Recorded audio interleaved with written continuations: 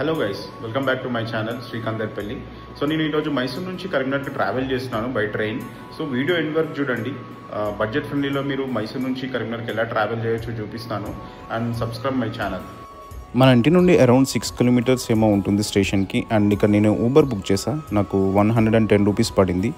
Train వచ్చేసి mostly first ప్లాట్ఫామ్లో ఆగుతుంది అండ్ ఎగ్జాక్ట్గా 3:15కి స్టార్ట్ అవుతుంది. అండ్ నేను స్లీపర్ బుక్ చేసా, నాకు 400 రూపీస్ అలా పడింది. మార్నింగ్ కాచిగూడ మనం రీచ్ అయ్యేసరికి 5:40 అవుతుంది, కానీ ఇక్కడ మనకి 10 మినిట్స్ ఎర్లీగానే రీచ్ అయ్యాము. ఈ ట్రైన్ చాలా కరెక్ట్ టైంకి రీచ్ చేస్తుంది. అండ్ మళ్ళీ నేను కాచిగూడ నుండి జేబీఎస్కి ర్యాపిడో బుక్ చేసా, నాకు 100 రూపీస్ పడింది. అండ్ జేబీఎస్ నుండి కరీంనగర్కి మనకి 2 ఆప్షన్స్ ఉంటాయి, బస్ అండ్ క్యాబ్స్. నేను ఇక్కడ క్యాబ్ చూజ్ చేసుకున్నాను, నాకు 500 ఛార్జ్ చేశారు.